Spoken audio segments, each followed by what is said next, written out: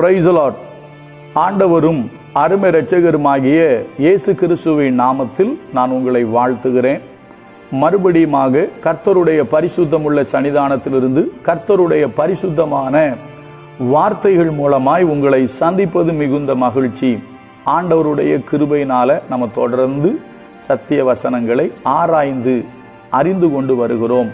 இந்த வாரத்திற்காக தேவன் தந்த ஒரு வார்த்தை, கடந்திட்ட நாளில் நான் தேவ சமூகத்தில் அமர்ந்திருக்கும் பொழுது தேவன் என்னோடு இடைப்பட்டு எனக்கு கற்றுக் கொடுத்த காரியத்தை உங்களோடு பகிர்ந்து கொள்ள விரும்புகிறேன்.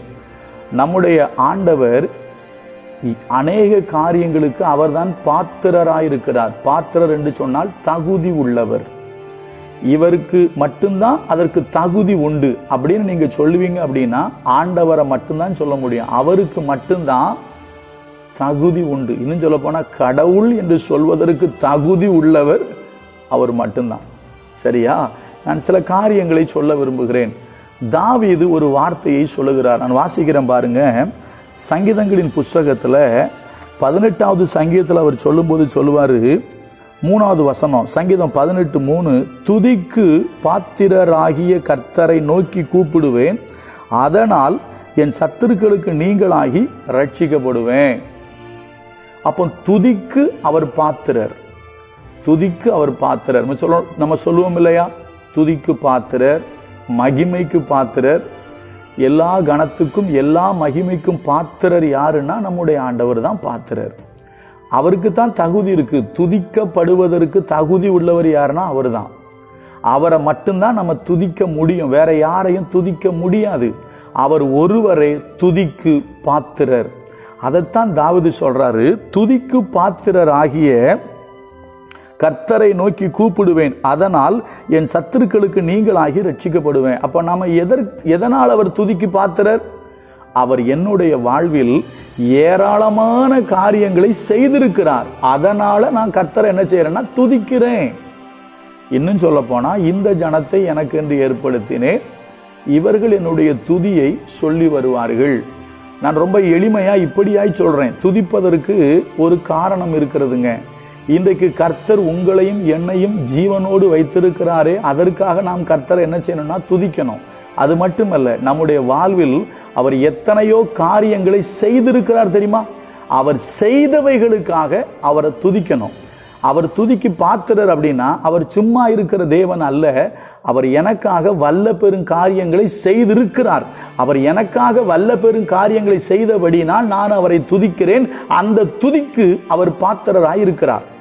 நம்ம வேதத்துல, அதுவும் குறிப்பா சங்கீதங்கள்ல வாசி வந்தோம் அப்படின்னா, கர்த்தாவே நான் உம்மை துதிப்பேன். எதுக்கு துதிப்பேன்? இன்னும் உங்களுக்கு புரியுற மாதிரி சொல்லட்டுமா?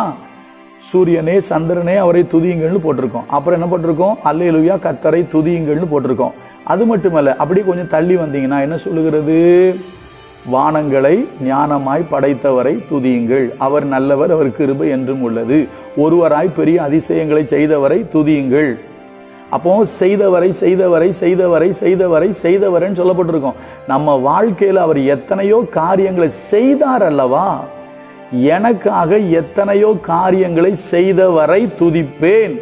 ஏன்னா எனக்காக எத்தனையோ காரியங்களை அவர் செய்தபடியால் அவர் துதிக்கு பாத்திரர்.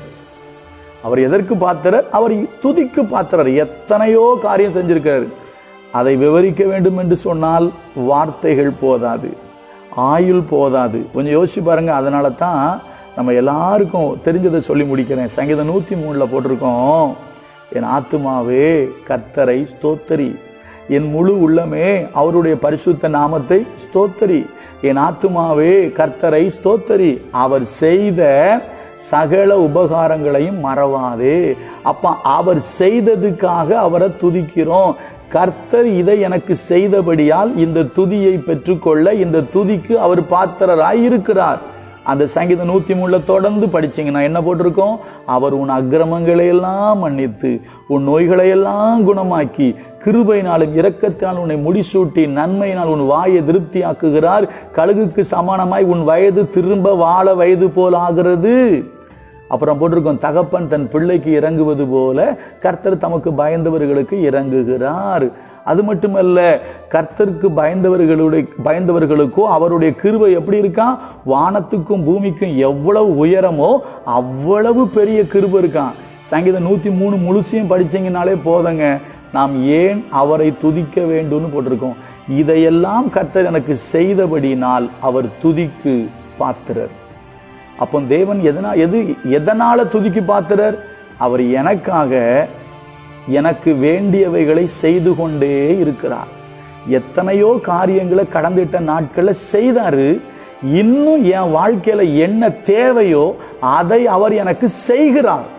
சங்கீதக்காரன் தாவீது சொன்னான், கர்த்தர் எனக்காக யாவையும் செய்து முடிப்பார். ஐயா, எனக்காக அவர் செயல்படுகிற தேவன், அவர் சும்மா இருக்கிற தேவன் அல்ல. எனக்காக அவர் செயல்படுகிறபடினால் அவர் துதிக்கு பாத்திரர்.